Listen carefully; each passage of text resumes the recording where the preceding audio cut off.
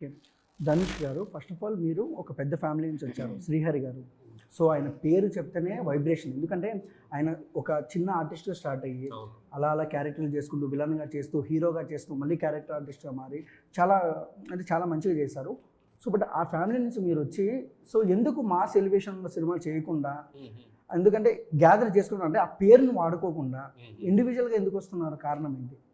అదే ముందు చెప్పినట్టే నన్ను నేను ఇంకా ప్రూవ్ చేసుకుందామా అనే స్టేజ్‌లోనే ఉన్నాను. నేను ఇప్పుడు మా హ్మ్. పెద్దన్న గారి పేరు వాడి ఏ డైరెక్టర్ దగ్గరికెళ్ళినా కూడా వాళ్ళు ఆబ్వియస్ నాకు ఛాన్స్ ఇస్తారేమో. ఎందుకంటే పెద్దన్న గారికి తరపు వాళ్ళకంత ప్రేమ ఉంది కాబట్టి. సో, ఆబ్వియస్‌గా ఇస్తారు. బట్ నా టాలెంట్‌ని చూసి ఇస్తారని అయితే నాకు ఆ నమ్మకం లేదు. సో, నాకు అలా ప్రూవ్ చేసుకోవాలని లేదు.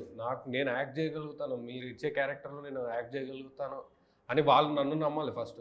సో, అలా ఎళ్తేనే ప్రాపర్‌గా ఉంటుంది. ఆ తర్వాత నేను నా బ్యాక్‌గ్రౌండ్ చెప్తే వాళ్ళు చాలా హ్యాపీగా ఫీల్ అవుతారు. ఓకే.